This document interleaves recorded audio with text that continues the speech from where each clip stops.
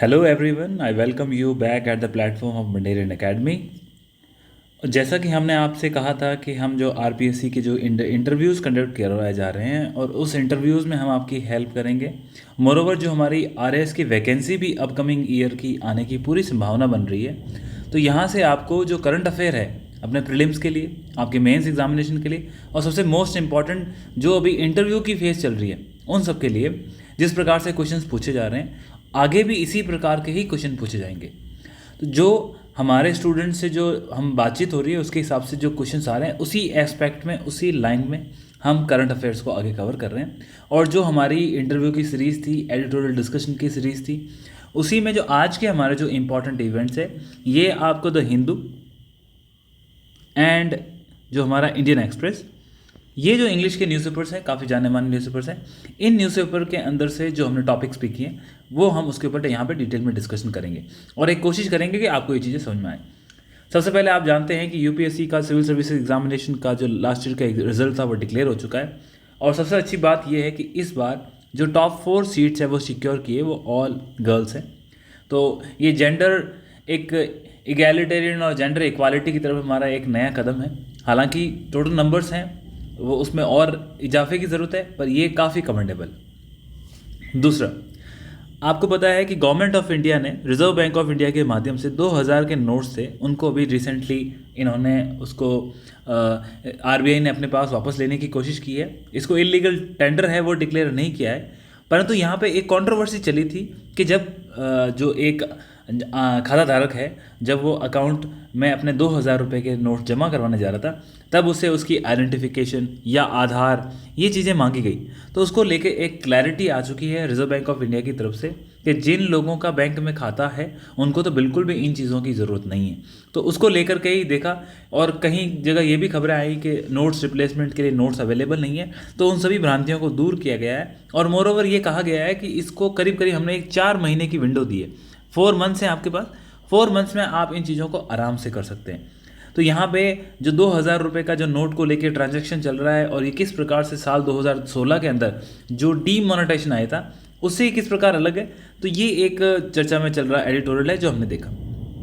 Next, आज काफ़ी weather different है। यहाँ पे जो हमारा एक पश्चिमी विक्षोभ, वेस्टर्न डिस्टर्बेंसेस जिसको कहते हैं, उसकी कारण से एक हल्की बारिश भी देखने को मिली है नॉर्दर्न हेमिस्फीयर में। पंजाब और हमारे जो नॉर्दर्न राजस्थान है यहाँ पर भी बारिश की काफ़ी गहरी संभावना बताई गई है।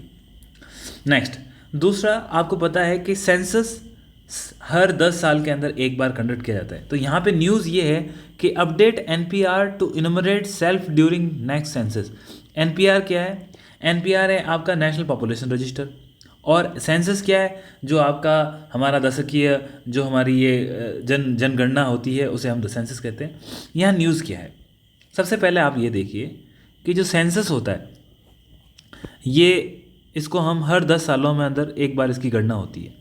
और इसकी शुरुआत कब हुई थी? अगर आप इसकी हिस्ट्री देखें तो 1872 के अंदर उस वक्त जो हमारे लॉर्ड मेयो भारत के गवर्नर जनरल थे उन्होंने इसकी प्रारंभ किया था, परंतु 1872 में सिर्फ एक शुरुआत करी गई थी। और यहाँ से साल 1881 के अंदर इसको पहली बार एक हमारा सेंसस फुल फ्लैज कंप्लीट किया गया। तो 1881 के अंदर जो सेंसस किया गया था वो कंप्लीट किया गया था और 1872 के अंदर लॉर्ड मेयो ने इसकी एक शुरुआत की थी। आप ये जानिए कि 1881 से लेकर के 2011 जो हमारा लास्ट सेंसस था, इस वक्त तक हम लगातार ये सेंसस करते आए हैं। हालांकि बीच में जो हमारी एक आज़ादी का फेज़ था 1947 के अंदर, वहाँ पे थोड़ी सी अलग चीज़ें हुई थी, परंतु मोटा मोटा देखा जाए तो सेंसस की प्रक्रिया भारत में लगातार चलती आई है। परंतु 2020 और 21 ये यहाँ पे हम कोविड से प्रभावित रहे, और कोविड से प्रभावित रहने के कारण जो एक 2021 के अंदर जो एक मेन इंपॉर्टेंट इवेंट होना था, आपके सेंसस की जनगणना आपकी होनी थी, वो नहीं हो पाई। सॉरी, तो 2021 के अंदर आपकी ये कोविड के कारण आपकी जनगणना नहीं हो पाई। और ये आपको कैसे मालूम चलता है कि आपको हर 10 साल में सेंसस करना? देखो, ऐसा कहीं लिखा नहीं है, लेकिन हमारा संविधान लागू हुआ था 1950 के अंदर, 1950 के अंदर 26 जनवरी को हमारा कॉन्स्टिट्यूशन है वो लागू हुआ था। हमारे कॉन्स्टिट्यूशन के लागू होने से पहले 1948 के अंदर 1948 के अंदर हमारा सेंसस ऑफ इंडिया एक्ट ये लागू किया गया था। तो जो सेंसस की जो गणना होती है उसका जो उसके पीछे जो लीगल बैकिंग है, जो एक प्रक्रिया है, वो हमारे संविधान से पहले के एक्ट के द्वारा आती है। जैसे अगर आपको पूछे कि रिजर्व बैंक ऑफ इंडिया की स्थापना कब हुई, तो हम कहेंगे कि 1935 का जो एक्ट है उसके तहत रिजर्व बैंक ऑफ इंडिया की स्थापना हुई। उसी प्रकार से जो सेंसस की जनगणना होती है, जो हमारी जनगणना की जाती है, उस जनगणना का जो आधार है वो 1948 का सेंसस ऑफ इंडिया एक्ट है। और इसके अंदर ये लिखा है, इसमें ये नहीं लिखा गवर्नमेंट को हर 10 साल के अंदर करना है, ऐसा नहीं लिखा है। और इसमें ये भी नहीं लिखा है कि गवर्नमेंट को बाध्यकारी रूप से इस तारीख को करना है।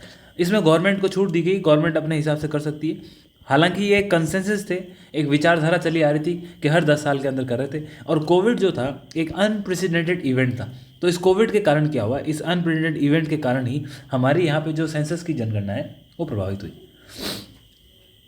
अब आपको पता है रिसेंटली राजस्थान के अंदर एक नोटिफिकेशन निकाल के केंद्र सरकार ने सूचित किया था कि जो आपने ज़िले निर्धारित किए हैं, जो न्यू डिस्ट्रिक्ट्स हमारे यहाँ पे बनाई गई है, तो उन्होंने बोला है कि 30 जून तक आप इसका परिसीमन करें। क्योंकि यदि आप परिसीमन कर देंगे तो उसके हम बात देखेंगे कि भाई किस प्रकार से हम इसमें आपकी जनसंख्या को शुरू कर सकते हैं। अभी कोई पता नहीं है कि जनगणना कब स्टार्ट होगी। गवर्नमेंट ऑफ इंडिया ने इसको लेकर के कोई अपने तथ्य नहीं दिए हैं, परंतु निकट भविष्य में होने की संभावना है।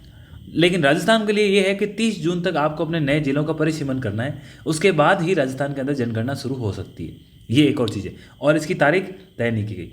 आज का जो हमारा एडिटोरियल लिखा था, इसमें क्या लिखा है कि ये लिखा है कि यहाँ पे इस बार एक स्वेच्छा से आपको कहा गया है कि आप अपने सेंसस के डाटा को डिजिटल रूप से, आप अपने डिजिटल प्रारूप में आप खुद सेंसस के डाटा को आप वॉलंटरली फिल कर सकते हो।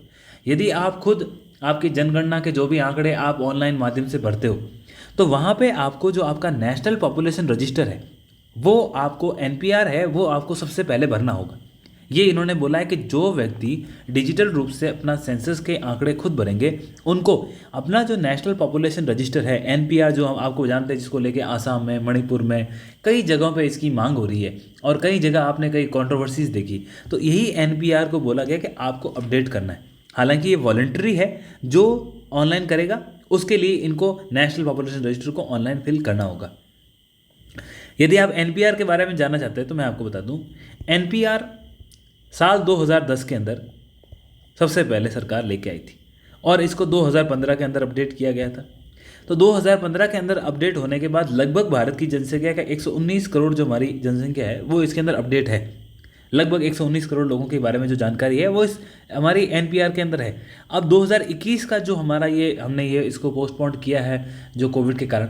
अब इसके अंदर देखिए, इस चीज़ के अंदर इन्होंने कहा है कि यदि आप ऑनलाइन अपना सबमिट करते हो तो आप अपना अपडेट करें, आप अपने NPR को अपडेट करें और अपने सेंसस के डाटा को भी आप ऑनलाइन फिल कर सकते हैं। यदि आप सेंसस का डाटा आप खुद भरना चाहते हैं तो आपको अपना NPR अपडेट करना पड़ेगा। इसको लेके एक डिटेल में एडिटोरियल भी आया था कि सेंसस करने के क्या फ़ायदे हैं, क्या नुकसान है, करना चाहिए नहीं करना चाहिए। और कई राज्यों ने कास्ट सेंसस की डिमांड भी की, उसमें राजस्थान भी है। राजस्थान के मुख्यमंत्री ने खुद प्राइम मिनिस्टर से अनुरोध किया है कि राज्य के अंदर जो जातीय जनगणना कर ली जानी चाहिए। और इसका आधार क्या बताया, उन्होंने बताया कि जातीय जनगणना करने से जो हमारी रिजर्वेशन की पॉलिसीज़ हैं, जो हमें एक्चुअल बेनिफिट्स देने हैं, उसके बारे में हम एक तय निर्णायक स्तर लेकर के हम पॉलिसीज़ बना सकते हैं। आप जानते हैं कि भारत के जो प्राइम मिनिस्टर हैं वो वर्तमान में ऑस्ट्रिया के दौरे पे हैं, और ऑस्ट्रिया के दौरे पे होने के साथ एक इम्पॉर्टेंट इवेंट वहाँ पे हुआ कि ऑस्ट्रिया के प्राइम मिनिस्टर ने भारत के प्राइम मिनिस्टर को बोला कि हमारे जो रिश्ते हैं उन रिश्तों के अंदर भारत की एक अहम भूमिका है। तो यहाँ सबसे पहले आप देखिए, एग्जाम के पर्सपेक्टिव से आप ये भी पूछ सकते हैं कि ऑस्ट्रेलिया के प्राइम मिनिस्टर कौन है। तो जो ऑस्ट्रेलिया के हमारे प्राइम मिनिस्टर हैं वो एंटोनी एल्बनीज़ हैं। ये आप जिनको देख सकते हैं मोदी जी के साथ में, ये हमारे एंटोनी एल्बनीज़ अभी वर्तमान में वहाँ के प्राइम मिनिस्टर है। दूसरा, नरेंद्र मोदी जी ने वहाँ जाकर के, और आपको ये भी याद रखना होगा कि जिस प्रकार कनाडा, USA, UK, यहाँ पर UAE, सऊदी अरेबिया, यहाँ हमारा एक काफ़ी अच्छा डायस्पोरा है, यहाँ के भारतीय लोग वहाँ जाके कार्य करते हैं, उसी प्रकार ऑस्ट्रेलिया के अंदर भी भारत की काफ़ी संख्या में लोग वहाँ रहते हैं, वहाँ काम करते हैं, और उनके पास OCI कार्ड है, उनके पास NRI स्टेटस भी है। तो ये इन इंडियंस के लिए वहाँ पे एक प्रोग्राम आयोजित किया, एक मेगा इवेंट हुआ था, और उस इवेंट के अंदर ऑस्ट्रेलिया का एक छोटा शहर के अंदर का एक हिस्सा है, एक पार्ट है, उस सबर्ब को वहाँ पर, जिसका नाम पहले हैरिस पार्क था, और उस हैरिस पार्क का नाम चेंज करके उसको लिटिल इंडिया रखा गया। अब मैं आपको रीज़न बता दूं, क्योंकि वहाँ भारत के काफ़ी लोग रहते हैं उस एरिया के अंदर, इसलिए वहाँ पे उसका नाम लिटिल इंडिया। एग्जाम में आ जाए लिटिल इंडिया क्या है, या आपसे कोई पूछ ले कि अभी जो हमारी विजिट हुई थी प्राइम मिनिस्टर के द्वारा, ऑस्ट्रेलिया गए थे, तो उसका क्या इंपॉर्टेंस है, तो आप कह सकते हैं कि वहाँ पे एक छोटे से जो शहर के एक क्षेत्र को हमारे भारत के नाम पे उसको लिटिल इंडिया किया गया। दूसरा, यहाँ एक महत्वपूर्ण डिसीजन लिया गया मोदी जी के द्वारा, और उन्होंने यहाँ पे अनाउंसमेंट की कि हम जो इसका ऑस्ट्रेलिया का एक शहर है ब्रिस्बेन, क्रिकेट के लिए काफ़ी फेमस है, वहाँ स्टेडियम भी है, तो उस ब्रिस्बेन के अंदर हम एक कॉन्सुलेट खोलेंगे। अब कॉन्सुलेट क्या है इसके बारे में हम चर्चा करेंगे, लेकिन कॉन्सुलेट की खोलने की घोषणा कहाँ की गई है, तो देखिए कॉन्सुलेट खोलने की घोषणा ऑस्ट्रेलिया के ब्रिस्बेन शहर में की गई है। यहाँ पे कॉन्सुलेट खोला जाएगा। देखिए, दो प्रकार के ऑफिस होते हैं किसी भी दूसरे देश के अंदर, एक होता है आपका एम्बेसी ऑफिस और दूसरा होता है आपका कॉन्सुलेट। तो ये जो दोनों ऑफिस होते हैं, इन दोनों ही ऑफिसेस को एक इम्यूनिटी होती है। जैसे मान लीजिए चीन का एम्बेसी या कॉन्सुलेट भारत में है, दोनों एक ही जगह नहीं होता है। जैसे आप ये मान लीजिए कि जैसे हम राजस्थान का उदाहरण लें, राजस्थान की राजधानी कहाँ है, तो जयपुर है। तो हम एक अगर राज्य को तुलना करें, या फिर हम मानते हैं कि भारत की राजधानी कहाँ है, इंडिया है, और इंडिया की राजधानी क्या है, दिल्ली, तो आपको न्यू दिल्ली के अंदर लगभग जितने भी हमारे जो मित्र राष्ट्र हैं उनके आपको एम्बेसी ऑफिस कहाँ मिलेंगे, नई दिल्ली में। परंतु जैसे हमारी मुंबई क्या है, एक फाइनेंशियल कैपिटल है, तो आपको मुंबई के अंदर कॉन्सुलेट ऑफिस भी मिलेंगे अलग अलग राष्ट्रों के। तो आप ये समझ लीजिए एक तरह से वो एक रीजनल ऑफिस होता है किसी अदर कंट्री का, और वहाँ पे लगभग वही सुविधाएं दी जाती है जो एम्बेसी में मिलती है, तो वहाँ के लोगों को ट्रैवल नहीं करना पड़ता। अब ब्रिस्बेन की खास बात क्या थी कि ब्रिस्बेन के अंदर काफ़ी इंडियंस रहते हैं, और इन इंडियंस को जो सुविधाएं चाहिए थी, उन सुविधाओं के कारण ही यहाँ पे एक कॉन्सुलेट खोला गया था। अब ये देखिए, ये तो खोल दिया। अब दोनों के अंदर फ़र्क यही है कि एम्बेसी को पूर्ण रूप से ये होता है कि एम्बेसी के अंदर वहाँ की जो, मान लो इंडिया के अंदर एम्बेसी है पाकिस्तान की, तो भारत की जो फोर्सेस हैं, सिक्योरिटी फोर्सेस, वो विदाउट क्लियरेंस एम्बेसी में जा ही नहीं सकती। और जो वियना कन्वेंशन तो ये बोल सकता है कि आप एंट्री करेंगे ही नहीं। इस प्रकार से है तो वो भारत के अंदर ऑफिस, परंतु वो ऑफिस किसका, एक तरह से ये मान लीजिए कि पाकिस्तान का ऑफिस है। हालांकि वहाँ काफ़ी अच्छे रिश्ते बनाने की कोशिश होती है, इसीलिए इनको एक इम्यूनिटी दी गई है। और कॉन्सुलेट भी इसी तरह का होता है, परंतु कॉन्सुलेट को एम्बेसी के जितना प्रोटेक्शन नहीं मिलता है। तो ये एक इंपॉर्टेंट डेवलपमेंट जो प्राइम मिनिस्टर की विजिट थी ऑस्ट्रेलिया, उससे हुआ। एक, उन्होंने वहाँ पे लिटिल इंडिया नाम से एक जगह को रखा, और दूसरा जो उन्होंने इंपॉर्टेंट काम किया, उन्होंने ब्रिस्बेन के अंदर एक कॉन्सुलेट खोला। एग्जाम में नॉर्मल से आपसे क्वेश्चन पूछा जाता है कि रिसेंटली इंडिया ने कहाँ पर अपना एक नया कॉन्सुलेट खोला है, तो फिर आपसे ये पूछ ले कि विजिट के क्या मायने थे। तो ये हमारी एक काफ़ी अच्छी हमारी उनसे रिलेशंस भी हैं। आपको बताया कि लास्ट ईयर एग्जाम से पूछा गया था, सब इंस्पेक्टर के एग्जाम में भी आया था, और आरएस के प्री के अंदर भी एक क्वेश्चन पूछा गया था कि जो एक तो ऐसा के अंदर ये पूछा गया था कि जो हमारा नया पार्लियामेंट का भवन बन रहा है उस प्रोजेक्ट का नाम क्या, तो सेंट्रल विस्टा, आपने अगर नाम सुना, सेंट्रल विस्टा प्रोजेक्ट करके हमारी नई पार्लियामेंट भवन को निर्माण किया गया। और आरएस के अंदर क्वेश्चन पूछा गया था कि ये जो भवन का निर्माण हो रही है वो कौन सी कंपनी के पास है, तो ये टाटा के पास का प्रोजेक्ट गया था, और टाटा इसको कंस्ट्रक्ट कर रही थी। तो ये नया भवन जो है वो बनके तैयार हो चुका है। इसकी कॉस्ट वगैरह को लेकर काफ़ी चर्चाएं चल रही थी। इस नए भवन की अब इनॉग्रेशन होनी है। तो इनॉग्रेशन के लिए तारीख क्या चूज़ की गई, तो जो न्यू पार्लियामेंट हमारी बनी उसके लिए डेट इसके इनॉग्रेशन की चूज़ की गई 28 मई, आज से 4 दिन बाद। अब 28 मई जो इन्होंने डेट चूज़ करी है, ये वीर सावरकर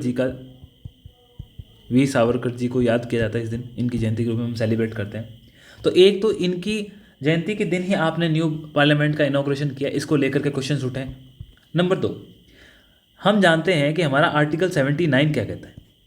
आर्टिकल 79 कहता है कि जो हमारी पार्लियामेंट है वो कंसिस्ट होती है प्रेसिडेंट से, राष्ट्रपति प्लस लोकसभा प्लस राज्यसभा। तो इन चीज़ों तीनों से मिलकर क्या बनता है, आपकी पार्लियामेंट बनती है। और यहाँ पे आपके किस भवन का उद्घाटन हो रहा है, पार्लियामेंट की नई बिल्डिंग का। तो कुल मिला के ये तीनों किसका पार्ट है, राष्ट्रपति, लोकसभा, राज्यसभा, ये तीनों ही पार्लियामेंट का पार्ट है। और जो आपकी यहाँ पे नई पार्लियामेंट की इनॉग्रेशन हो रही है, उसका इनॉग्रेशन यहाँ इस तरह देखा जाए तो किसको करना चाहिए, राष्ट्रपति को। लेकिन हुआ क्या कि होम मिनिस्टर अमित शाह ने घोषणा करी कि जो हमारे इस नई पार्लियामेंट का इनॉग्रेशन होगा वो inauguration prime minister Narendra Modi ji के द्वारा होगा। तो ऑपोजिशन ने इसको लेकर के एक विरोध जताया और उनका कहा कि ये तो गलत है, क्योंकि हमारे जो पार्लियामेंट है उसके हेड प्रेसिडेंट है, तो प्रेसिडेंट का हक है ये इनॉग्रेशन करना। तब यहाँ पे काउंटर क्वेश्चन ये किया गया था कि इंदिरा जी ने भी तो हमारी जो जैसे आपकी जानकारी के लिए बता दूं कि 2 बार हमारी जो पार्लियामेंट उसका पुरानी वाली पार्लियामेंट का एन एक्सटेंशन हुआ था। इसके अंदर अलग अलग बिल्डिंग्स बनी थी, एक बार लाइब्रेरी बनी थी और भी बहुत सारे इवेंट्स हुए थे। तो जब इसका एक एनेक्सचर बनाया गया, एनेक्सचर का मतलब क्या है कि आप उसको एक तरफ से बढ़ा रहे हो, जब उसको एक हिस्सा बढ़ाया गया था तो इंदिरा गांधी जी उस टाइम हमारी प्राइम मिनिस्टर थी, उन्होंने इसका इनॉग्रेशन किया। और दूसरी बार जब इसके अंदर लाइब्रेरी का इनॉग्रेशन किया गया था कंस्ट्रक्शन करके, तब राजीव गांधी जी ने इसका इनॉग्रेशन किया। तो यहाँ पे बीजेपी की तरफ से काउंटर आर्गूमेंट ये है गवर्नमेंट की तरफ से कि तब तो आपने नहीं कहा कि इसका इनॉग्रेशन राष्ट्रपति दी गई। हालांकि ये कंट्रोवर्शियल चीज़ है, परंतु हमें जानकारी होनी चाहिए कि न्यू पार्लियामेंट है वो सेंट्रल विस्टा प्रोजेक्ट के तहत बनी गई, इसका कंस्ट्रक्शन हो चुका है और इसके अंदर काफ़ी नए सेफ्टी फीचर हैं। और इसके कुछ रीजंस भी ये थे कि जो पुरानी पार्लियामेंट थी हमारी कैपेसिटी के लिए, उसका जो डिजिटल मोड था वो इतना सक्षम नहीं था, वो काम करने के लिए स्पेस नहीं था, सिक्योरिटी के पर्पज से भी वो काफ़ी सेफ नहीं थी। दूसरा एक और मेन रीज़न था कि जो पुरानी वाली पार्लियामेंट का जो कंस्ट्रक्शन किया गया था उस टाइम जो हमारा एक भूकंप का जो एक पैमाना होता है, सिस्मिक जोन कहते हैं, भारत को सिस्मिक जोन में बांटा गया है।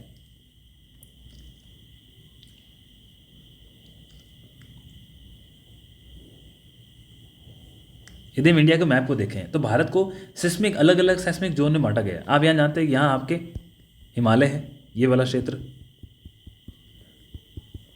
इस क्षेत्र में हिमालय है, तो यहाँ पे हमारा सेस्मिक जोन 5 और 6 मिलेगा आपको। और जो दिल्ली है वो सेस्मिक जोन 4 के अंदर आता है। जब पुरानी वाली पार्लियामेंट बनी थी उस वक्त सेस्मिक जोन 2 था और आज दिल्ली किस में आ चुका है, वो सेस्मिक जोन 4 में आ चुका है। तो भूकंप से रोकथाम के लिए भी इस नई पार्लियामेंट को एक रीज़न था कि हम नई पार्लियामेंट को कंस्ट्रक्ट कर रहे हैं। तो एक तो आपसे कोई पूछ ले कि नई पार्लियामेंट बनाने के क्या कारण थे, तो आपने डिटेल में ये देख लिया। दूसरा, न्यू पार्लियामेंट का प्रीलिम्स के हिसाब से क्वेश्चंस जो पिछली बार भी आया था आप उन पर ध्यान दे सकते हैं। विरोध क्यों हो रहा है, तो विरोध के कारण आपने देख लिया कि भाई आप राष्ट्रपति को ये हक नहीं दे रहे हो। तो इस प्रकार से इसका ऑपोजिशन हुआ है, और ऑपोजिशन क्यों हुआ है और वो सारी चीज़ें मैंने आपको बता दी। इतना हमारे लिए सफिशेंट है। आपको पता है, अब मैंने रिसेंटली एक इसके बारे में एडिटोरियल कंप्लीट कवर किया था, आप उसको जाके देख भी सकते हैं कि हमारी आज वहाँ पे जम्मू एंड कश्मीर के अंदर, हालांकि ये 2 दिन से कार्यक्रम चल रहा था, तो जम्मू एंड कश्मीर के अंदर JNK में श्रीनगर देखिए, जम्मू एंड कश्मीर की 2 कैपिटल हैं आप जानते हैं, एक जम्मू है और एक श्रीनगर है। जब समर होती है तब तो आपकी कैपिटल रहती है श्रीनगर, और जब विंटर होती है तब आपकी कैपिटल रहती है जम्मू। तो ये दोनों इसकी कैपिटल है। 6 महीने इसको बनाए रखते हैं, 6 महीने इसको बनाए रखते हैं। तो ये जम्मू एंड कश्मीर के लिए एक स्पेशल प्रोविज़न है वहाँ के मौसम को देखते हुए। यहाँ क्या हुआ, श्रीनगर के अंदर जो हमारा G20 का समिट चल रहा है भारत के अंदर, इस G20 के समिट के अंदर जो टूरिज़्म सेक्टर है, टूरिज़्म सेक्टर का एक वर्किंग ग्रुप की मीटिंग थी।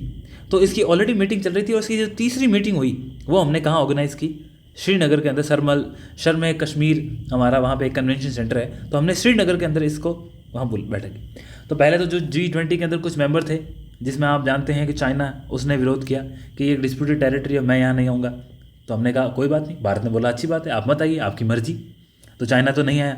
इसके अलावा जो सऊदी अरेबिया है, टर्की है, ये भी इसके मेंबर हैं। किसके? ये दोनों मेंबर हैं G20 के।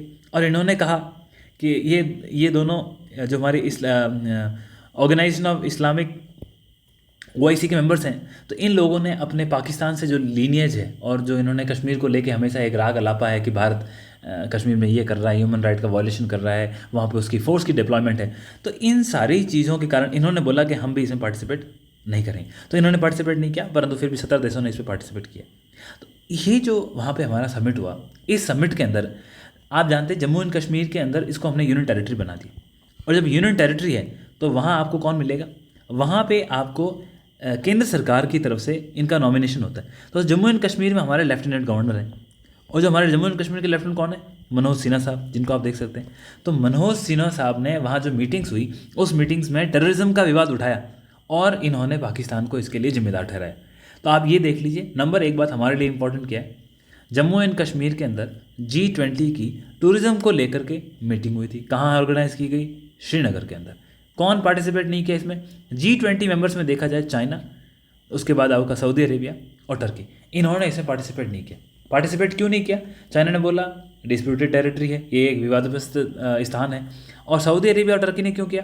क्योंकि इनका एक जो इस्लाम को लेकर के एक इनका सपोर्ट था पाकिस्तान के लिए, जिसमें ये कश्मीर को एक डिस्प्यूटेड टेरिटरी मानते थे, उन रीजंस के साथ इन्होंने पार्टिसिपेट नहीं किया। तो ये आई होप जो हमने टॉपिक्स देखे आपने क्लियर हो गए होंगे। हमने यहाँ पे 2000 के नोट के बारे में देखा, हमने सेंसस के बारे में देखा, भारत के जो प्रधानमंत्री की ऑस्ट्रेलिया यात्रा को देखा, न्यू पार्लियामेंट को लेके जो तृणमूल, सीपीआई, आम, मतलब मेरा कहने का मतलब ऑपोजिशन की पार्टी से विरोध कर रही है, क्यों कर रही है, क्या आयाम है, ये आपने देखा।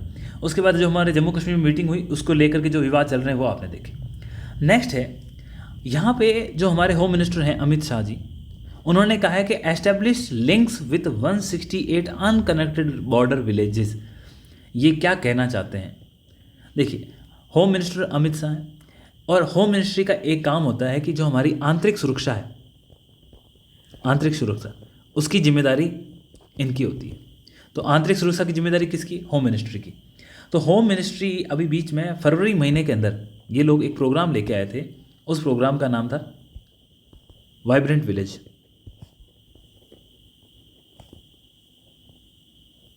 वाइब्रेंट विलेज प्रोग्राम लेके, इस प्रोग्राम के अंदर लगभग 4800 करोड़ रुपए खर्च किए जाएंगे और इसके साथ ही साथ करीब करीब 2500 करोड़ रुपए जो रोड का इंफ्रास्ट्रक्चर है इन जो गाँवों के आसपास है, इन गाँवों के ऊपर खर्च किया जाएगा। ये तो उनके डेवलपमेंट के लिए, इसके अंदर उनके जो आंतरिक चीज़ें हैं वो आएगी। और 2500 करोड़ रुपए किसके लिए खर्च जाएंगे? तो ये रोड के ऊपर। तो करीब करीब आप ये मान के चलिए लगभग 7,500 करोड़ के आसपास एक एस्टिमेटेड खर्च यहाँ पे सरकार कर रही है। ये प्रोग्राम उन्होंने बजट के अंदर घोषणा करी थी, उसी के ये अनुरोध लेके आए हैं। यहाँ पे इस वाइब्रेंट विलेज प्रोग्राम का है क्या, कहाँ पे है? देखिए, जो हमारा भारत का मैप आपने अगर देखा हो,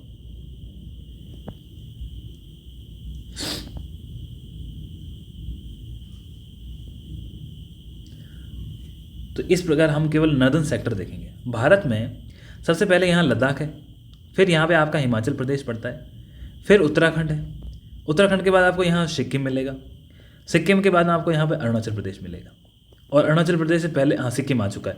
तो 1 2 3 4 5, तो ये 5 हमारे स्टेट्स हैं जो चाइना की बॉर्डर पे लगते हैं। तो चाइना को लगते हुए जो हमारी बॉर्डर है, इस बॉर्डर में जितने भी विलेजेस पड़ते हैं, उन विलेजेस के डेवलपमेंट के लिए, उनको आपस में कनेक्ट करने के लिए, तो हमारा क्या मकसद है? एक तो यहाँ पे आपको डेवलपमेंट करना है। डेवलपमेंट करने के साथ दूसरा क्या है? आप जो इनकी कनेक्टिविटी आपस की उसको सुधार रहे हैं। फिर क्या कर रहे हैं आप? जो रूरल इकॉनमी है, जो उनकी ग्रामीण अर्थव्यवस्था है, उसको आप इम्प्रूव करने की कोशिश कर रहे हैं। इसके साथ आप क्या कर रहे हो? कोशिश, जो माइग्रेशन होता है शहरों से गाँव की तरफ, क्योंकि जब देखो किसी व्यक्ति को गाँव के अंदर रोजगार नहीं मिलेगा तो वो कहाँ जाएगा? वो शहर की तरफ ही जाएगा। जब उसको एक राज्य में रोजगार नहीं मिलेगा तो कहाँ जाएगा? वो दूसरे राज्य में जाएगा। और यदि उसको एक देश में रोजगार नहीं मिल रहा तो वो कहाँ जाएगा? वो दूसरे देश में जाएगा। यही होता है। तो यहाँ पे जो रूरल से अर्बन माइग्रेशन हो रही है गाँव से शहरों की तरफ, उसको एक रोकने का प्रयास इन्होंने वाइब्रेंट विलेज प्रोग्राम के माध्यम से करने का प्रयास किया। तो ये इनके कुछ महत्वाकांक्षी एम थे। और दूसरा हिडन एम क्या था? जो वहाँ के गांव है चाइना की बॉर्डर को लगते हुए, देखिए आप जानते हैं, हम जानते हैं कि चाइना किस तरह से एग्रेसिवली हमारी जो चीन के साथ बॉर्डर है इस क्षेत्र में, वो काफ़ी डिस्टर्बेंसेस क्रिएट कर रहा है। जब उसकी आर्मी है पीपल्स लिबरेशन उसकी जो आर्मी है PLA, पीपल्स लिबरेशन आर्मी, ये जो उसकी आर्मी है वो लगातार घुसपैठ करने का प्रयास कर रही है। ये आपने डोकलाम के अंदर देखा। यही विवाद आपने जो हमारी पैंगोंग सो लेक है उस लेक के आसपास देखा। फिर आपने जो हमारे जो नुब्रा वैली घाटी है वहाँ पे जो घटनाएं घटी, जो गलवान के अंदर इंसिडेंट्स हुए, तो ये सारी चीज़ें एक उदाहरण दे रही है किस प्रकार जो उनकी जो चाइना की PLA आर्मी है वो लगातार घुसपैठ करने का प्रयास कर रही है। तो यहाँ हम एक जो हमारे वहाँ के लोग हैं उन लोगों को एक अच्छी कनेक्टिविटी दे रहे हैं। इससे क्या होगा? ट्रूप्स का मूवमेंट भी आसान होगा। जो वहाँ के लोग हैं उनके अंदर भी एक भारत को लेकर के एक अच्छी फीलिंग्स आएगी, कनेक्टिविटी आएगी, उनको रोजगार मिलेगा। तो इन सारे माध्यम से ये सरकार वाइब्रेंट विलेज के तहत जो कुछ गांव अनकनेक्टेड हैं, जो अब तक जुड़ नहीं पाए, उन बॉर्डर विलेजेस को भारत के साथ और संगठित और एकीकृत कर रही है, ताकि वो चाइना से जो एक इश्यू क्रिएट हो रहा है उसका कोई सोशल असर ना पड़े, सामाजिक असर ना पड़े, उसको टैकल करने के लिए एक प्रयास है। ये द हिंदू के अंदर आया था, बिल्कुल डिटेल में था। और इसके अंदर इन्होंने जो डिस्ट्रिक्ट मजिस्ट्रेट, डिस्ट्रिक्ट कलेक्टर हैं, उनको पावर दी है कि आप अपने हिसाब से अपने लेवल पे कम से कम 5 ऐसे इनिशिएटिव बनाओ कि जो हमारा वाइब्रेंट विलेज प्रोग्राम है इसका प्रमोशन हो सके। वहाँ पे टूरिज्म है, एग्रीकल्चर है, हैंडीक्राफ्ट है, कोऑपरेटिव्स हैं, इन सबको बढ़ोतरी मिले। तो इन सब का मेन एम क्या है? डेवलपमेंट लाओ और रूरल इकोनॉमी को सुदृढ़ करो ताकि माइग्रेशन रुक सके। और ये सब कैसे होगा? रोड का नेटवर्क इंप्रूव करके। इसीलिए इन्होंने स्पेशली रोड के ऊपर फोकस किया है। रिसेंटली आपने खबर देखी होगी और अभी एक एग्ज़ाम के पेपर में भी था जिसमें पूछा गया था कि कौन सी ऐसी पहली महिला, मतलब किस राष्ट्र की महिला ने जो इंटरनेशनल स्पेस स्टेशन के अंदर वो जाएगी। तो वो हमारी रेयान बरनावी, ये जो हमारा सऊदी अरेबिया है, सऊदी अरेबिया के 2 एस्ट्रोनॉट, एक तो हमारी रैना बरनावी और एक और अन्य एस्ट्रोनॉट, तो ये तो मेल है, ये फीमेल है। तो ये जो महिला अंतरिक्ष यात्री थी, ये हमारे जो स्पेस एक्स का प्राइवेट मिशन था उससे इन्होंने इंटरनेशनल स्पेस स्टेशन जो कि अंतरिक्ष में स्थापित है, तो उसके अंदर ये गई है। और आपको ये वहाँ से एक इमेज आई है जिसमें आप इनको देख सकते हैं। तो ये हमारी सऊदी अरब की पहली ऐसी महिला यात्री है जो इंटरनेशनल स्पेस स्टेशन पहुंची है। तो ये एक प्राइवेट मिशन था, परंतु उससे इंपॉर्टेंट क्या है कि सऊदी अरेबिया की तरफ से 2 लोग गए थे जिसमें एक महिला थी, और ये फोटोग्राफ्स उसको यहाँ पे दिखा रहा है। तो ये एक इंपॉर्टेंट खबर थी और इसी को दोबारा क्वेश्चन एग्जाम्स में आने की संभावना में। और एक वुमन का जो पार्टिसिपेशन बढ़ रहा है, ऑर्थोडॉक्स कंट्रीज़ हैं ये लोग जहाँ पे काफ़ी महिलाओं को एक प्रोग्रेसिव नहीं माना जाता है, तो वहाँ की ये घटना है, तो काफ़ी इंपॉर्टेंट। नेक्स्ट ब्रिक्स है। ब्रिक्स आप जानते हैं, Brazil, Russia, India, China, South Africa, इन 5 देशों से मिला हुआ एक इम्पॉर्टेंट अंतर्राष्ट्रीय संगठन है। और इस संगठन का जो अभी 15 समिट होने वाला है, जो इसके 15वें संस्करण का समिट होने वाला है, ये समिट इस बार होगा आपके डरबन में, और डरबन पड़ता है साउथ अफ्रीका में। तो डरबन के अंदर इस साल का हमारा समिट होने वाला है। तो यहाँ पे एक चीज़ लिखी गई है कि the paradox of BRICS and it's new pathway. तो एक तो इन्होंने बोला कि ब्रिक्स किस प्रकार से समस्याओं को झेल रहे हैं और इसके लिए क्या नया रास्ता है। और सबसे इम्पॉर्टेंट चीज़ है कि ये आर्टिकल लिखा किसने, जो ये आर्टिकल लिखा है यहाँ यदि हम देखें यहाँ बातचीत क्या हो रही है, तो ये लिखा किसने? राजीव भाटिया साहब ने। और राजीव भाटिया साहब एक फॉर्मर एम्बेसडर रह चुके हैं और ये एक काफ़ी बड़े शिक्षाविद भी हैं। तो राजीव भाटिया साहब ये कह रहे हैं कि आप जो इंटरनेशनल ग्रुपिंग है, इंटरनेशनल जो अंतर्राष्ट्रीय संस्थाएं हैं उनकी बात करें। अंतर्राष्ट्रीय संस्थाओं से 2 प्रकार की होती है, एक जिनके अंदर यूनाइटेड नेशन का कुछ ना कुछ रोल होता है, और दूसरी संस्थाएं वो होती है जिसके अंदर यूनाइटेड नेशन का कोई रोल नहीं होता। जैसे यूनाइटेड नेशन सिक्योरिटी काउंसिल है, यूनाइटेड नेशन की जनरल असेंबली है, या हम जैसे यूनिसेफ की बात करते हैं, और ऐसे कई प्रकार संस्थाएं, इंटरनेशनल कोर्ट ऑफ जस्टिस है। तो ये सारी की सारी तो ऐसी अंतर्राष्ट्रीय संस्थाएं जो यूएन के द्वारा संचालित होती है।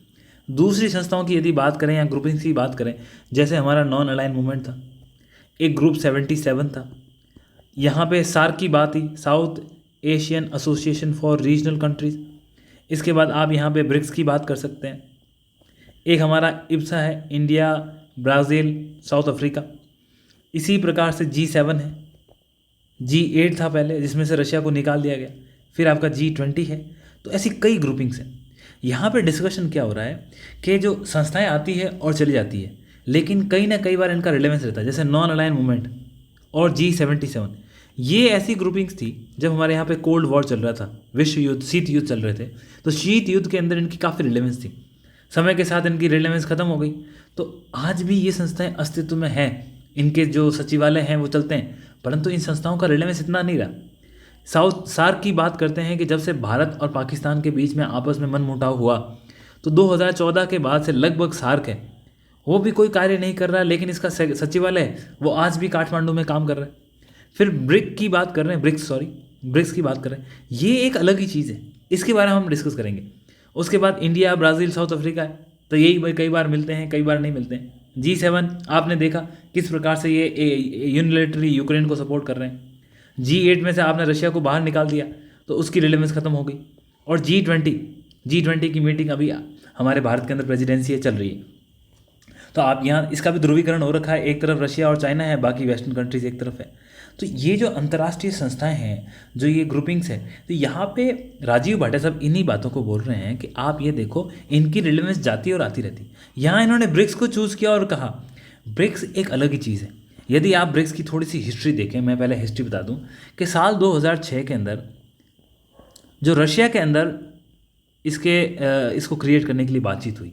और इसका जो पहला समिट हुआ 2009 के अंदर हुआ था, और जो इसका फर्स्ट समिट हुआ उसके बाद से लगातार 2023 में इसका 15 समिट है, और ये मैंने आपको बताया डरबन के अंदर है।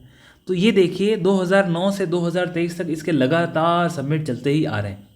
और अगर कोविड के अंदर ये चीज़ें ऐसा हुआ कि जब से कोविड आया 2019 से, तो इसका ब्रिक्स का ऑर्गेनाइजेशन है वो फिजिकल नहीं हुआ, परंतु फिर भी ऑनलाइन इसका जो समिट है इसका चलता रहा। साल 2010 के अंदर हमने इसके अंदर साउथ अफ्रीका को ऐड कर लिया 2010 में, और इसमें सबसे बड़ी भूमिका किसकी थी, तो वो चाइना की भूमिका थी। तो आप ये देखिए 2009 से लेकर ये अब तक चलती रही है। दूसरा, इसकी पावर क्या है। जनरली इंडिया के पर्सपेक्टिव में देखें तो ब्रिक्स बहुत इंपॉर्टेंट चीज़ है, और इसके ऊपर आरएएस के मेंस में और यूपीएससी के मेंस में, सिविल सर्विसेज के मेंस में, दोनों में इसके ऊपर, इसकी रिलेवेंस के ऊपर, इवन इसके बैंक के ऊपर क्वेश्चन पूछे गए हैं 10 मार्क्स के। तो आप ये सोचिए कितना इंपॉर्टेंट क्वेश्चन। तो यदि आप देखें लगभग वर्ल्ड का जो 41% जो पॉपुलेशन है वो इन देशों में रहती है, नंबर एक बात। सेकंड, अगर आप इनकी जीडीपी देखें तो कम से कम भी 25% जो वर्ल्ड की जीडीपी है इन राष्ट्रों के पास है। और जो दुनिया का ट्रेड होता है इसमें कम से कम 16 to 70% ट्रेड है, उसका पार्टिसिपेशन इस ग्रुपिंग के द्वारा होता है। इसी ग्रुपिंग ने साल 2014 के अंदर एक बैंक बनाया था जिसका नाम है न्यू डेवलपमेंट बैंक। और आप इसकी रिलेवेंस इससे देख सकते हैं कि आज भी हमारे जो क्वेश्चंस होते हैं ऑब्जेक्टिव वाले, उसमें ये पूछा जाता है ब्रिक्स के द्वारा क्रिएट किए गए बैंक का नाम क्या है, एशियन डेवलपमेंट बैंक या न्यू डेवलपमेंट बैंक। इस तरह से आपको शंघाई बैंक तो कंफ्यूज किया जाता है, लेकिन न्यू डेवलपमेंट बैंक ब्रिक्स के द्वारा कंस्ट्रक्ट किया गया था 2014 के अंदर। लगभग इन्होंने 50 बिलियन यूएस डॉलर, तो लगभग 50 बिलियन डॉलर के साथ इसको न्यू डेवलपमेंट बैंक को बनाया गया था। और ये किस लिए बनाया गया था, यहाँ पे इन चारों देशों की एक प्लानिंग थी, जिस हम ब्रिक्स की बात कर रहे हैं, पांचों देशों की प्लानिंग थी। इस संस्था ने कहा कि एक जो उस टाइम आप जानते हैं कि जब इसका कंस्ट्रक्शन किया गया 2014 के अंदर, चाइना एक इमर्जिंग इकोनॉमी था। ये कोई एक लार्ज इकोनॉमी जैसे आज है, लार्ज एक मिलिट्री पावर जैसे आज है, वैसे नहीं थी। तो इनका एक प्लान था कि जो वर्ल्ड बैंक बना हुआ है और जो एक आपका पता है इंटरनेशनल मॉनेटरी फंड है IMF, इन दोनों का जो वर्चस्व था विश्व में, बोला इसके वर्चस्व को हमें टक्कर देनी। तो इसीलिए इन्होंने ये न्यू डेवलपमेंट बैंक बनाया, और इसके माध्यम से बोला हम दुनिया के जो ग्लोबल साउथ के देश हैं इन देशों को डेवलपमेंट के लिए पैसा देंगे। क्योंकि जो वर्ल्ड बैंक है और IMF है, वहाँ आपको पता है कि जो ज़्यादातर जो पावर, और इसी के अलावा उन्होंने एक जो कंटिजेंसी रिजर्व अरेंजमेंट बनाया था। इसका क्या मकसद था कि जो हमारे ये देश हैं, किसी देश को यदि किसी कारण से ऐसी कोई स्थिति आ जाए जब उसके पास पैसे कमी हो, रिजर्व कम हो जाए, जैसे हमारे फॉरेक्स रिजर्व होते हैं, तो उस कंडीशन में हम उसको हमारे लेवल पे सहायता करें, उसको वर्ल्ड बैंक और IMF पे नहीं जाना पड़े। क्योंकि उनकी जो पॉलिसीज़ होती है वो इस प्रकार की होती है जिससे क्या हो कि जो वेस्टर्न कंट्रीज़ है, जिसमें USA और वेस्टर्न यूरोप के देश हैं, उनका एक डोमिनेंस है, तो हमें क्या उनके डिक्टैक्स है या जैसे वो कहते थे वैसे वो चीज़ें माननी पड़ती थी। इसी कारण से इन्होंने ये बनाया था। तो ब्रिक्स की रिलेवेंस एक बहुत इंपॉर्टेंट है। अब मैंने आपको नेक्स्ट सबमिट कहाँ ये बता दिया। यहाँ पे राजीव भाटिया साहब इसके अलावा ये कह रहे हैं कि पहली बात तो जिस प्रकार से ब्रिक्स ने काम किया है, अब आप देखिए इन्होंने बोला कुछ चैलेंजेस आए हैं ब्रिक्स के सामने। क्या चैलेंज आए आप देखिए। गलवान में जो इशू हुआ उससे भारत और चीन ये एक दूसरे के खिलाफ हो गए थे। भारत और चीन एक दूसरे के खिलाफ हो गए। कोविड ने क्या किया था, जो हमारी अंतर्राष्ट्रीय अर्थव्यवस्था को तोड़ दिया। यूक्रेन के विवाद से क्या हुआ कि रशिया को इकोनॉमिक प्रेशर झेलना पड़ा। भारत और चाइना के आपस के खुद के रिश्ते खराब हो गए। रशिया की जो पावर थी उसमें कमी आ गई। इन सारी समस्याओं के बाद में, ये सारी क्या है इसकी समस्याएं, और इन सारी समस्याओं के बाद भी आज भी ब्रिक्स खड़ा है और ये आज भी बैलेंस कर रहा है, और ये देश आज भी एक दूसरे के साथ आके काम करने की कोशिश कर रहे हैं। इसके अलावा जो ब्रिक्स के अंदर वर्तमान के अंदर 19 ऐसे देश हैं जो ब्रिक्स के अंदर अपनी मेंबरशिप को साथ में आना चाहते हैं। तो इसका कारण क्या है, ये जो देश हैं, जो 19 देश ब्रिक्स के साथ जुड़ना चाहते हैं, इनकी एक तो मानसिकता ये है कि कहीं हम रेस में पीछे ना छूट जाएं, और दूसरा कोई इसके अलावा इतना कोई बड़ा एक संस्था है नहीं जिसके अंदर ग्लोबल साउथ के देश हैं। तो यहाँ पे देखिए आप, लैटिन अमेरिका के 4 देश, अफ्रीका के 5 देश, इजिप्ट है, यूनाइटेड अरब अमीरत है, उसके बाद सीरिया है, ईरान है, अफगानिस्तान है, इंडोनेशिया, थाईलैंड, बांग्लादेश, ये सारे के सारे देश में शामिल होना चाहते हैं। तो यहाँ पैराडॉक्स का इनका मतलब यही है कि एक तरफ जहाँ विश्व की जो अन्य अंतर्राष्ट्रीय संस्थाएं हैं वो अपना रिलेवेंस खो रही है, यूनाइटेड नेशन की जो पावर है वो गिर रही है, और दूसरी तरफ आप ये देखिए ब्रिक्स है, इसके देशों के बीच में विवाद भी चल रहे हैं, लेकिन ये अपना नया रास्ता निकाल रहा है, न्यू पाथवे, नए देश खड़े हैं जो कह रहे हैं कि हमें इसके अंदर मेंबरशिप चाहिए। यहाँ इन बातों को इन्होंने बताया है, और इन्होंने ये भी यहाँ पे दिखाया है कि हो सकता है इस बार भी जो इनकी मीटिंग होनी है जो अगस्त माह के अंदर डरबन साउथ अफ्रीका के अंदर होगी, तो वहाँ ये हो सकता है फिजिकली ना हो, क्योंकि सैंक्शन लगे हुए हैं मिस्टर पुतिन पे, तो वो शायद फिजिकली वहाँ ना पाए, तो इस वजह से हम डिजिटल माध्यम से एक दूसरे से जुड़ेंगे, लेकिन ब्रिक्स की मीटिंग जरूर होगी, तो काफ़ी पॉजिटिव है उसको लेकर के। दूसरा, जो चीता का री इंट्रोडक्शन प्रोग्राम किया गया था, आप जानते हैं कि चीता को दोबारा, हमारे यहाँ पे तो लगभग 1950s के अंदर चीता का एक्सटेंट हो गया था, लुप्त हो गए थे, और इसके बाद हमारे यहाँ पे एक कोशिश की गई कि चीता को दोबारा हम लेके आएँ, तो लगभग सितंबर 2022 से लेकर के आपके फरवरी 2023 तक, इन 6-7 महीनों के दौरान चीता को 2 राष्ट्रों से हमारे यहाँ पे लाने की फुल प्रयास किया गया, और जिसमें हम सक्षम भी हुए। एक तो नामीबिया और दूसरा आपका साउथ अफ्रीका। तो यहाँ पे हम लगभग 20 चीतों को हमने यहाँ री इंट्रोडक्शन किया, उसके अंदर 8 नामीबिया से लाए थे और हम 12 साउथ अफ्रीका से लाए थे, तो टोटल 20 चीते हम लेके आए, और इनको हमने ला करके मध्य प्रदेश के अंदर कुनो, पालपुर,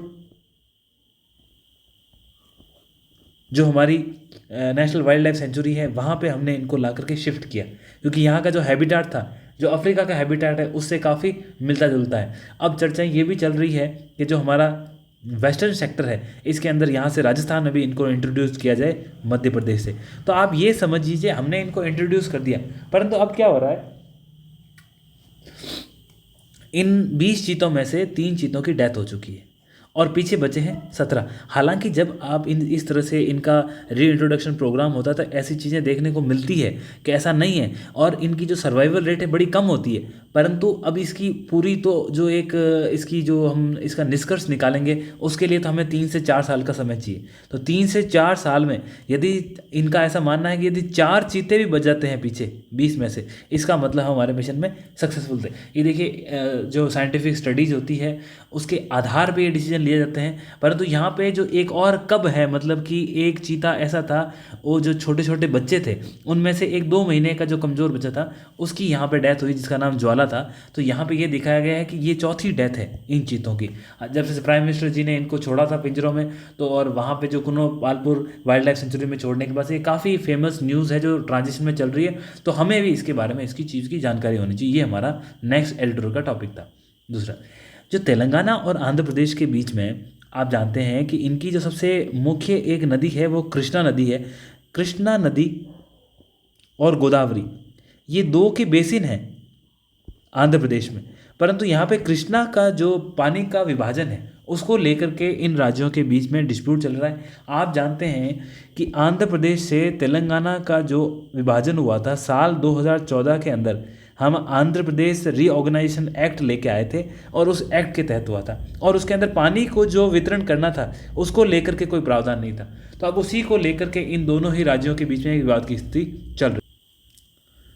तो यहाँ हमारी इस न्यूज़ का मेन कंसर्न यही है कि इन दोनों ही राज्यों के बीच में पानी को लेकर विवाद चल रहा है। और ये विवाद क्यों है?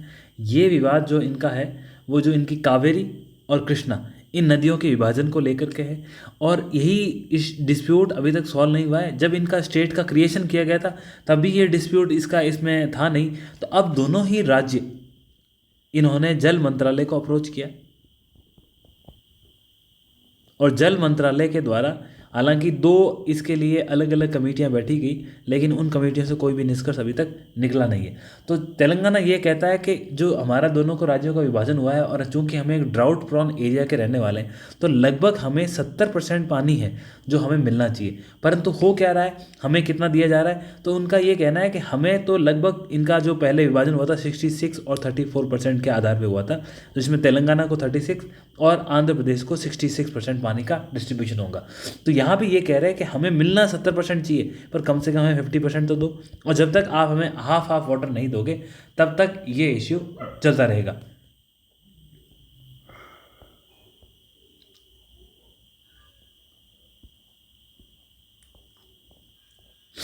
इसके बाद जो हमारा नेक्स्ट एडल्ट का टॉपिक है,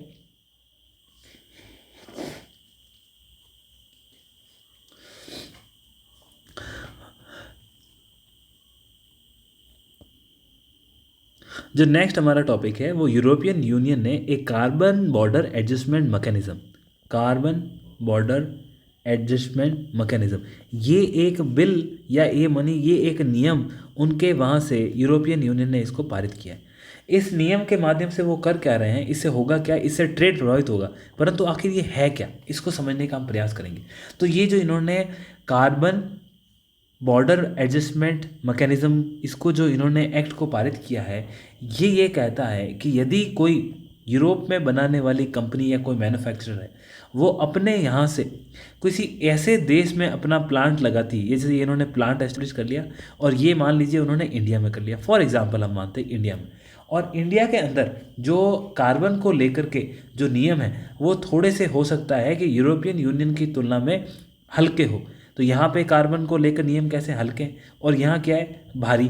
तो यूरोपियन यूनियन कहती है कि कोई देश यदि हमारे यहाँ से किसी ऐसे देश में जाकर के मैन्युफैक्चरिंग एक्टिविटी करता है और किस संदर्भ में, ऐसे प्रोडक्ट बनाता है जिन प्रोडक्ट से प्रदूषण ज़्यादा होता है, तो ऐसे प्रोडक्ट कौन से हैं, तो इन्होंने 5 इंडस्ट्री ऐसी दिखाई, वो इंडस्ट्री जिसकी मैन्युफैक्चरिंग के अंदर ज़्यादा हमारा जो है इसका प्रोडक्शन होता है। इसके अंदर कौन सी इंडस्ट्री थी, तो आप देखिए, एक तो एल्यूमिनियम का कंस्ट्रक्शन जब करते हैं, दूसरा इनका कहना है कि फर्टिलाइज़र, फिर इन्होंने कहा था स्टील, इसके अलावा इन्होंने कहा था जो हाइड्रोजन का निर्माण होता है वो, और इलेक्ट्रिसिटी, इन सभी, और आयरन एंड ओर, ये इंडस्ट्रीज में जब आप इन चीज़ों को बनाते हैं तो क्या होता है कि कार्बन का जो प्रदूषण है ज़्यादा होता है। तो इन्होंने कहा यदि कोई यूरोपियन यूनियन का निर्माता किसी दूसरे देश में जहाँ कार्बन के नियम हल्के हैं वहाँ जाके अपना प्लांट लगाता है और जब वो बना हुआ माल दोबारा कहाँ पे यूरोपियन यूनियन के अंदर ला के बेचता है, तो इस व्यक्ति को या जो भी इस सामान को यहाँ पे जो भी व्यक्ति खरीदेगा या इंपोर्ट करेगा उसको एक कार्बन टैक्स पे करना पड़ेगा। और ये कार्बन टैक्स क्यों पे करेगा, इनका ये कहना है कि यहाँ हल्के नियम थे इसलिए ये वहाँ से वहाँ गया, तो इसको यहाँ कार्बन टैक्स करना पड़ेगा। और मान लीजिए कि इस देश ने अपने नियम सख्त कर लिए और यहाँ पर भी कार्बन टैक्स रेट बढ़ा दी, तो इन्होंने कहा कि इस संदर्भ में क्या होगा, ये तो क्रॉस बॉर्डर है, इसी के लिए इसका नाम क्या रखा गया, जो इसका नाम रखा गया, आप देखिए क्या नाम रखा है ना, CBAM, कार्बन बॉर्डर एडजस्टमेंट। तो इन्होंने कहा कि ये तो हम तो क्रॉस बॉर्डर ट्रेड है, तो इसके अंदर यदि ये अपने नियम को सख्त कर देता है तो उससे क्या होगा, जब ये हम इसके यहाँ पे कार्बन टैक्स लगाएंगे तो ये व्यक्ति हमें बताएगा कि साहब मैं इस फलाना भारत देश के अंदर मैंने इतने रुपए टैक्स के दे के आया हूँ। तो हम क्या करेंगे, जितना हमारे यहाँ मान लीजिए 100 रुपये कार्बन टैक्स बनता है और भारत में इसने 80 रुपये कार्बन टैक्स पे किया है, तो हम उसको क्या बोलेंगे, भाई चूंकि आपका 100 रुपये कार्बन टैक्स बनता था और 80 आप दे के आए हो, तो आप एक काम कीजिए 100 में से 80 को निकालिए, जो 20 रुपये आपके कार्बन टैक्स बचे हैं उसको पे कीजिए। ये तो इस नियम जो ये लेके आए हैं, एक्ट लेके आए हैं, उसकी परिभाषा है। अब ये ऐसा इन्होंने क्यों किया, इनका ये मानना है कि जो कार्बन को लेकर के जो हम कार्बन टैक्स लगाते हैं उसके नियम स्ट्रिंजेंट होने चाहिए। इससे होगा क्या, जो लीकेज होता है एक तो कार्बन टैक्स में, जो यहाँ वहाँ कहते हैं कि साहब हमने वहाँ बना लिया, वहाँ पैसे दे दिए, उन सारी चीज़ों में गिरावट आएगी। दूसरा प्रदूषण है उसके स्तर में कमी होगी, और जो टेक्नोलॉजी है उसके अंदर भी एक इम्प्रूवमेंट होगा। तो इन सारी चीज़ों को ध्यान में रखते हुए उन्होंने ये कार्बन बॉर्डर एडजस्टमेंट मैकेनिज्म, ये एक एक्ट लेके आया, इसको उन्होंने पारित किया। फ़र्क क्या पड़ेगा भारत जैसे देशों पे, तो देखिए हमारे यहाँ से हम एक्सपोर्ट करते हैं, एक्सपोर्ट के करने के कारण ही हमारा जो इंपोर्ट बिल है उसमें थोड़ी गिरावट आती है, और हमारा जो करंट अकाउंट डेफिट जो हमारा चालू वित्तीय खाता है उसके अंदर एक गिरावट सी बनी रहती है। अब चूंकि अगर इस तरह से अगर हमारे वहाँ के जो सामान को वहाँ पे टैक्स लगने लगा तो होगा क्या, यूरोपियन यूनियन में जो बना हुआ सामान है वही बिकेगा, हमारे एक्सपोर्ट के अंदर लंबे समय के अंदर एक गिरावट देखी जाएगी। ये कार्बन बॉर्डर एडजस्टमेंट मैकेनिज्म अभी से लागू नहीं हो रहा है, इसको पूर्ण रूप से 2026 के बाद लागू किया जाएगा, परंतु इससे हमारे एक्सपोर्ट के अंदर एक गिरावट आएगी। तो ये एक थोड़ा सा नेगेटिव है, लेकिन इसका वे फॉरवर्ड क्या है कि आप यूरोपियन यूनियन के साथ अपनी बात करके इन चीज़ों को संभाल सकते हो। इससे हमारी पॉलिसी के अंदर भी एक सुधार होगा और इन चीज़ों से जो समस्याएं पनप रही है उसको दूर करने में भी हमें हेल्प मिलेगी। ये यहाँ पे जो हमने टॉपिक पढ़े, इन टॉपिक को पढ़ने का मकसद हमारा यही था कि जो हमारे एग्ज़ाम्स के अंदर या फिर हमारे जो इंटरव्यू के अंदर आपसे सवाल कौन से पूछे जाएंगे, जो करंट अफेयर में चल रहे हैं और जिनके ऊपर कोई ना कोई घटनाएं घटित हो रही है। अब आपसे कोई भी जैसे इसी के बारे में सीधा पूछ लें कि भाई कार्बन बॉर्डर एडजस्टमेंट मैकेनिज्म क्या है, आपने सुना है इसके बारे में? यदि आप इस तरह से एनालिसिस देखो, कम से कम आपको ये तो पता रहेगा साहब यूरोपियन यूनियन के अंदर कोई बना रहा है और यदि वो हमारे यहाँ पे बना करके वहाँ बेचता है तो जो साहब इससे क्या होता है कि चोरी करते हैं ये कार्बन की उसकी, तो इस प्रकार से इसमें गिरावट आएगी इस प्रकार के लॉ से, तो उनको एक आइडिया लगेगा हाँ इस कुछ चीज़ों को इसको पता है, और आप ढंग से पढ़ेंगे इसको तो आप डिटेल के अंदर एक्सप्लेन कर सकते हैं जो आपसे एक्सपेक्ट किया जाता है, और मेंस वगैरह के आंसर भी आप आराम से लिख सकते हैं। तो इस प्रकार से मैं इन चीज़ों को आप इसीलिए बोल रहा था कि जो 360 डिग्री अप्रोच से आप इनको पढ़ें और प्लीज़ कनेक्ट रहें, तो आपको जो आगे भी जिस तरह के सवाल आएंगे उसमें हम हेल्प करेंगे। Thank you so much.